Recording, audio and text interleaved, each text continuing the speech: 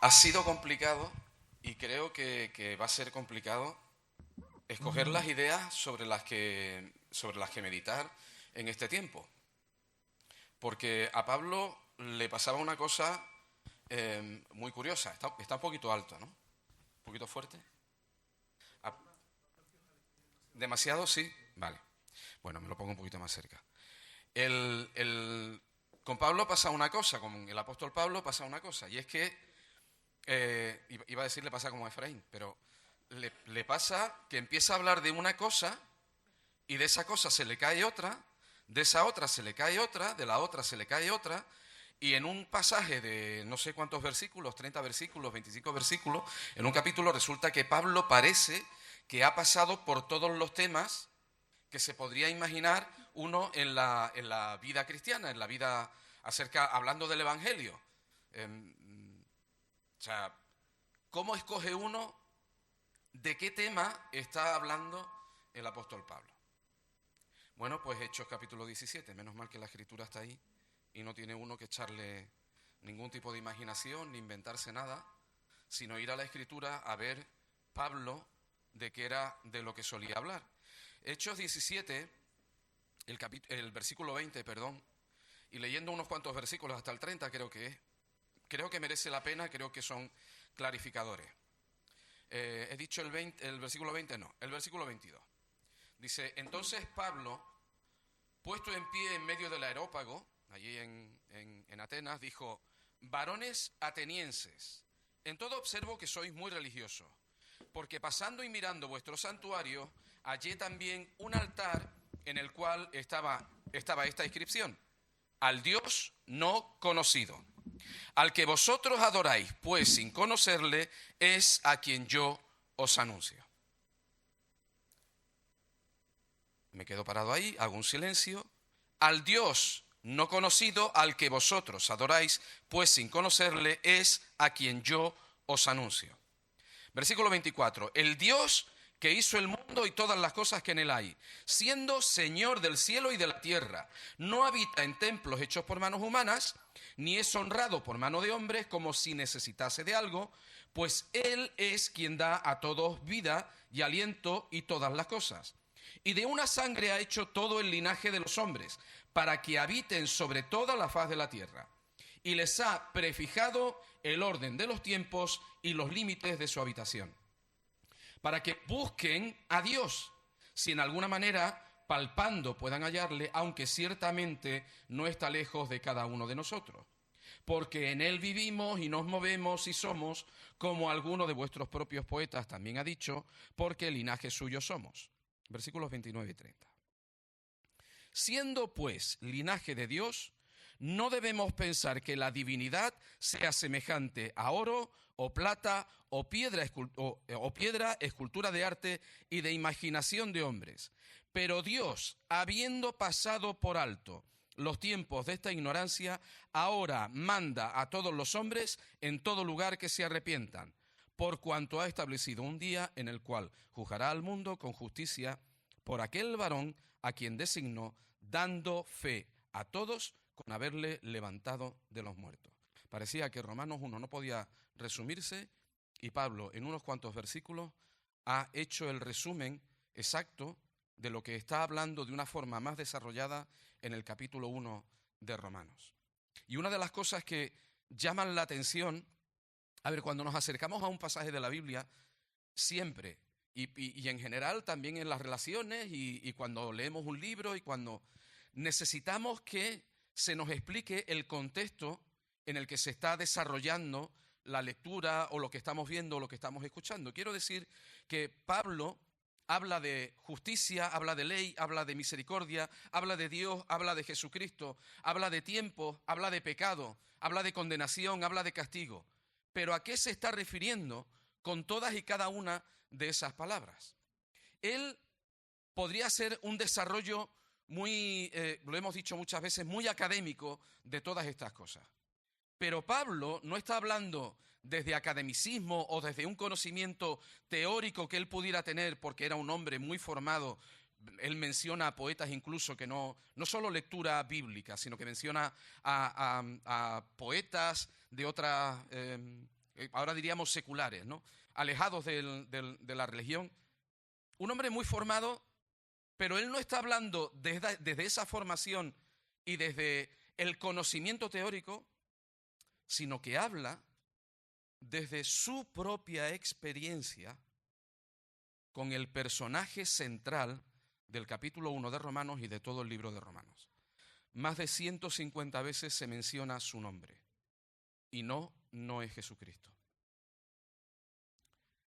Pablo, versículo 1 de Romanos 1, Pablo, esclavo por propia voluntad y decisión propia, que ha decidido someter su vida, lo hemos cantado aquí, todo mi ser, ese tipo de canciones, al cantarlas, el compromiso, todo mi ser, todo lo que soy, todo lo que tengo. Pablo, siervo, esclavo, por decisión propia de Jesucristo, llamado, aquí dice a ser, llamado apóstol, apartado para el evangelio de Dios.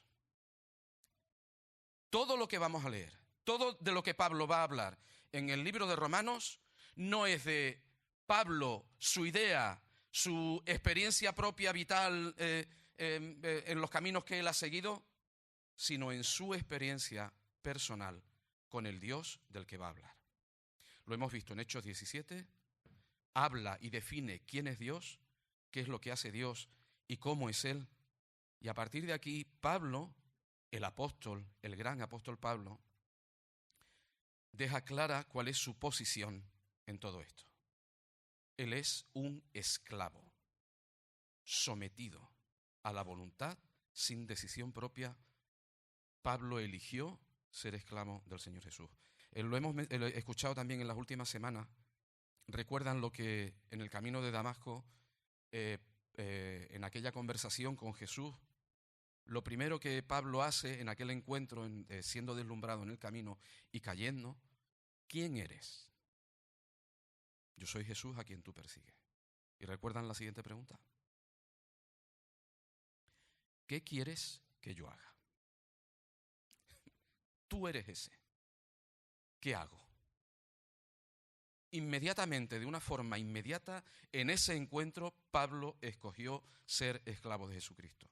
Y seguramente si viniera Pablo aquí, podríamos ponerlo aquí en el púlpito y lo presentaríamos como el gran apóstol de los gentiles, que ha predicado tantas y tantas veces y que ha estado en lugares tan llamativos, recorriendo a través de su vida y predicando ante reyes, ante esclavos.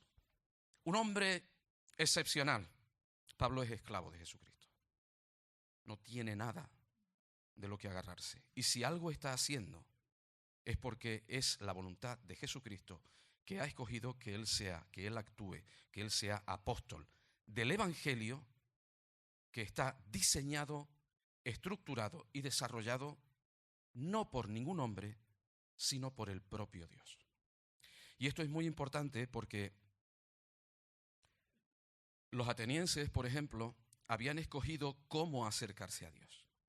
Y habían decidido hacer estatuas de oro, de forja, de madera, y habían decidido que ese era el camino a través del cual ellos querían buscar a Dios. Pablo les dice, Dios está cercano, Dios está buscando, con tal de que a ver si es posible que alguno lo halle. No nos podemos acercar a buscar a Dios con nuestras herramientas, con nuestras opiniones, principios y decisiones, sino de aquella manera que Dios ha escogido acercarse a nosotros. Si yo digo, yo tengo un buen corazón, soy una buena persona, soy creyente porque tengo fe, ¿fe en qué? ¿Fe en que siendo bueno? ¿Fe en que en mi opinión? ¿Fe en mi criterio? ¿O fe en obedecer lo que Dios me dice que debo hacer, que Pablo lo ha expresado, que es arrepentirse? Es someter toda la vida en manos de Dios, dejarlo todo allí, dar la vuelta y vivir como esclavo suyo. El versículo 2, y esto va a ser interesantísimo, el versículo 2 dice que Él había prometido ese evangelio de Dios que Él había prometido antes por sus profetas en las Santas Escrituras. No es nada nuevo, no es una novedad. Pablo no es el apóstol del cristianismo. Pablo es el apóstol del Evangelio de Dios, que Dios había revelado en las Escrituras antiguamente por sus profetas. Leemos en Hebreos, Dios habiendo hablado muchas veces a nuestros padres por los profetas, en estos postreros tiempos nos ha hablado en Jesús. Pablo no está haciendo una novedad, no está aportando algo nuevo. Está hablando tanto de justicia, tanto de fe, tanto de misericordia, tanto de gracia, tanto de pecado, tanto de la persona de Dios como de la persona del Señor Jesucristo en base a lo que dicen las Escrituras, sin inventarse ni añadir nada. Versículo 3, acerca de su Hijo, eso que decían las Santas Escrituras, acerca de su Hijo, nuestro Señor Jesucristo, que era del linaje de David según la carne. Y esto también creo que es destacable, no vamos a llegar al final, pero esto es destacable. Jesús, podemos ver a un Jesús en la tierra, un hombre, con sus pies sucios, que tenía que ir al baño como todo el mundo, que tenía que comer como todo el mundo, que de repente es masacrado y es puesto en la cruz, esquelético, debilitado, sin fuerza, y allí está, sangrando, sufriendo burla, sufriendo desprecio. Allí está.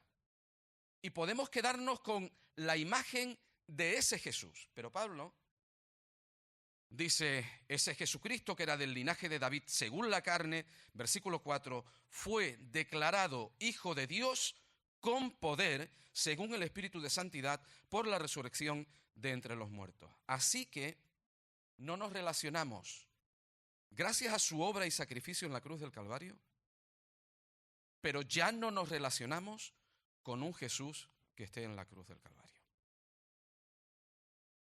Nos relacionamos con un Jesús que tiene toda la autoridad en el cielo y en la tierra. Él es el Señor, y esa palabra que utiliza Pablo, el Señor, en esos manuscritos griegos, es la palabra que se utilizaba o que se utilizaba para nombrar, lo hemos escuchado también, a Jehová y a Yahvé, a esa forma alternativa de referirse a Dios. No es solo que sea mi amo, no, es que Él es el Señor de los cielos y de la tierra, quien tiene en su mano todo poder y toda autoridad. Fue declarado, dice, según el Espíritu de Santidad, apartado, santidad, cumpliendo los parámetros de Dios por la resurrección de entre los muertos. Y dice, y por quien recibimos la gracia y el apostolado para la obediencia a la fe en todas las naciones por amor de su nombre. Y la fe, la gracia y el propósito de nuestra vida no brotan de nuestras buenas intenciones, ni la fe, ni nosotros aportamos fe a este evangelio. Lo recibimos. Si el faraón endureció su corazón y no tuvo que ver la mano de Dios obrando de una determinada manera, cuando rendimos nuestro corazón al evangelio de Dios conforme a su voluntad y obedecemos y nos arrepentimos, cuando hacemos eso, recibimos. No aportamos, no tenemos nada, no podemos aportar nada. Dice que toda esta obra, empezada en el principio de los tiempos, se desarrolla y se va extendiendo para todas las naciones. Dice, por amor del nombre de una religión, por amor, obediencia o de alguna denominación, por amor de su nombre.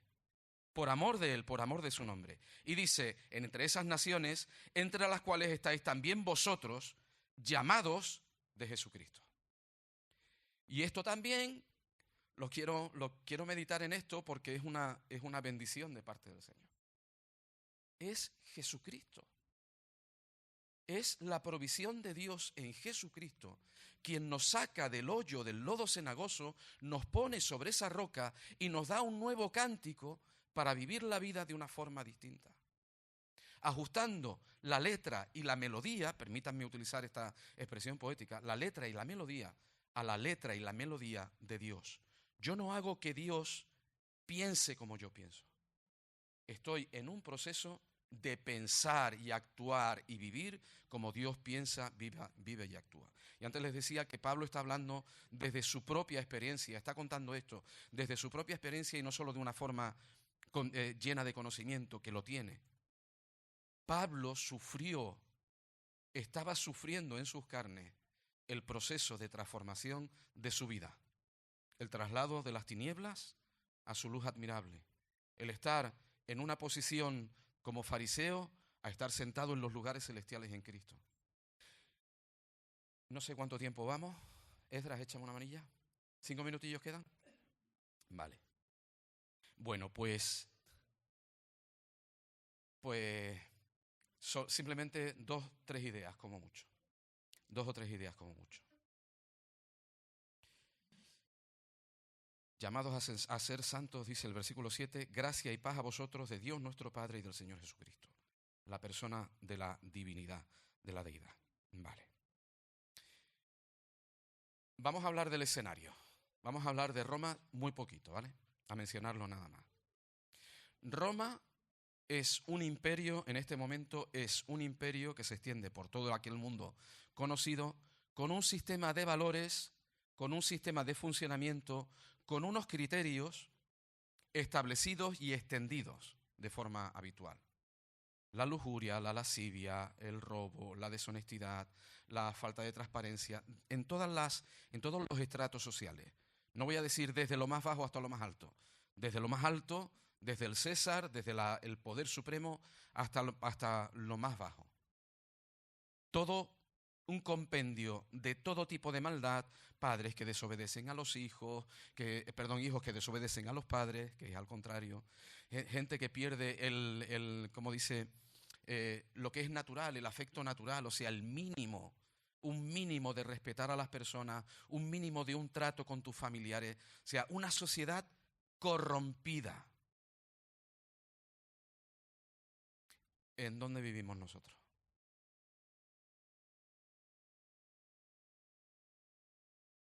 ¿Y a dónde acudimos para vivir en medio de la sociedad en la que estamos viviendo?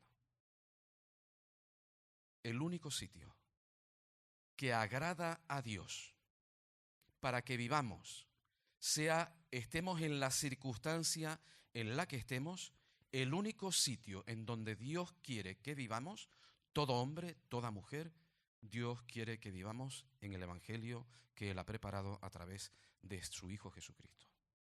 El Evangelio no es, lo hemos hablado también en otras ocasiones, no es una forma de llegar a la salvación en el cielo, es una forma de vivir la salvación hoy en día aquí en la tierra.